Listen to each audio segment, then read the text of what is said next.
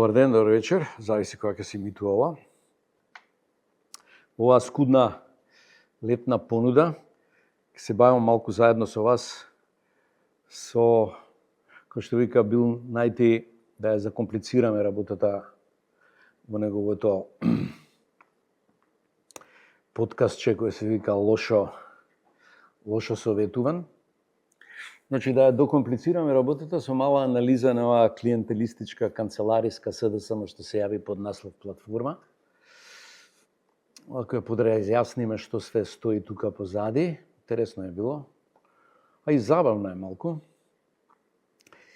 И потоа ќе поанализираме какви се реперкусиите од сето тоа на оваа наша политичка сцена, класична политичка сцена.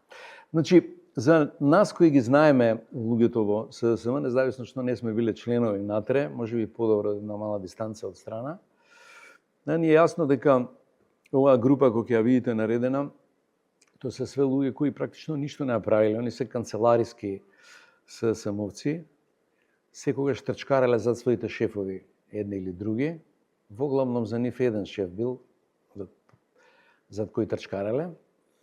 И сега легитимно е сосема прашањето, бидејќи знаете дека они сами не можат да стојат, барем за нас сите тоа е јасно, кој стои зад таа приказна. А сега тука се отвараат интересни и глупави, досадни интересни агли моменти. Нормално тука е претходниот шеф на СДСМ Бране и оној бизнисмена што е на америчка црна листа, кој има обсесија заев и заевистичкото влијание во политиката, и една чудна посоцијалистичка, прилично паразитска фигура која го водеше ја води може се уште Стопанската комора. Центално една чудна, смешна платформа, Бог да чува кој све се активира во политика кога нема вистински политички ликови и фаци. И сега, за таа приказна, која нема идеологија, незината цел е јасна, замена, поставување на нивниот шеф наместо сегашното лидерство на СДСМ, тука нема некаква приказна тајна, се појавува такозвани разумни Гордан, кој преку една некое мало политичко секс-шопше во NGO сферата нуди некаква квази идеолошка платформа на платформата. И тоа е забавно се чита и забавно се слуша.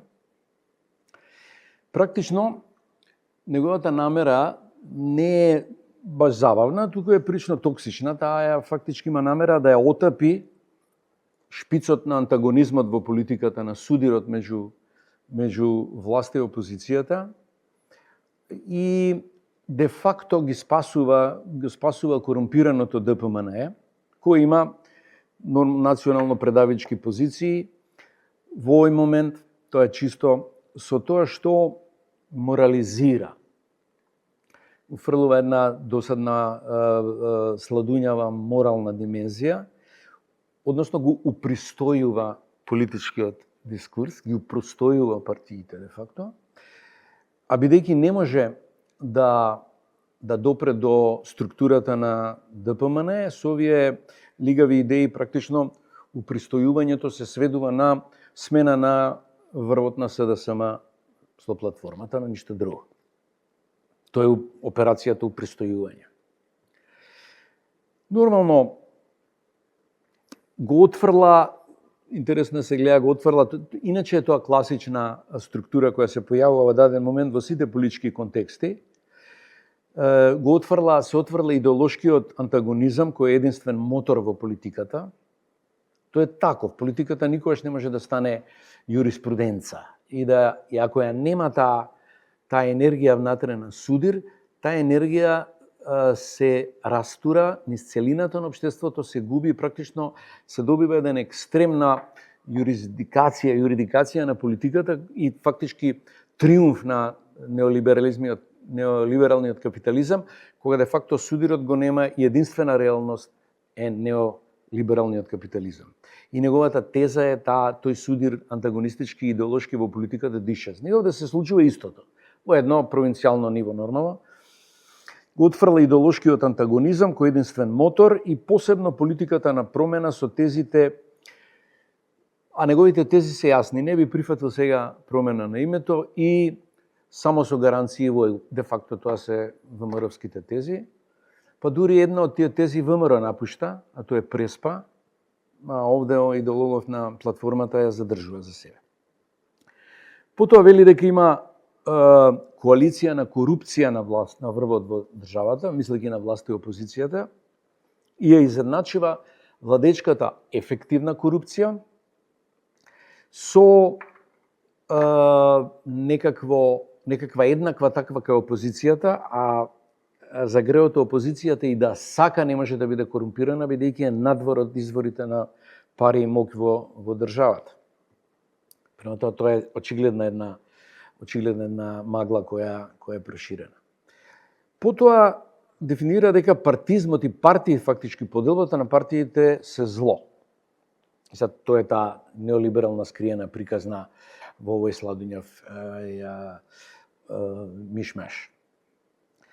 Сега тоа е тотална антилиберална концепција, антирепубликанска концепција и теза и ефтино морализирање во основа. И сме го видели 1000 пати во тие дискусии внатре во политичкиот дискурс и во политичката филозофија. И неуметно завршува, тие кои инсистираат на ова, тие неуметно завршуваат и се слуги на моќта, во скутот на моќта. Бидејќи тие што се моќни, што ги имаат полугите на власта, тие го прават ова морализирање важно за нив, за да нема судир и да нема тензија. Се одеднаш сите сме добри, бонтонот ја заменува идеологијата и де факто стапот го јаде сиромашната групација и она безмоќ, а скутот на моќните е повторно пол. И сега тоа е посебно одбивно од целата приказна, која е сладкоречива, мазна е и леплива, али е во основа идеолошки одбивна.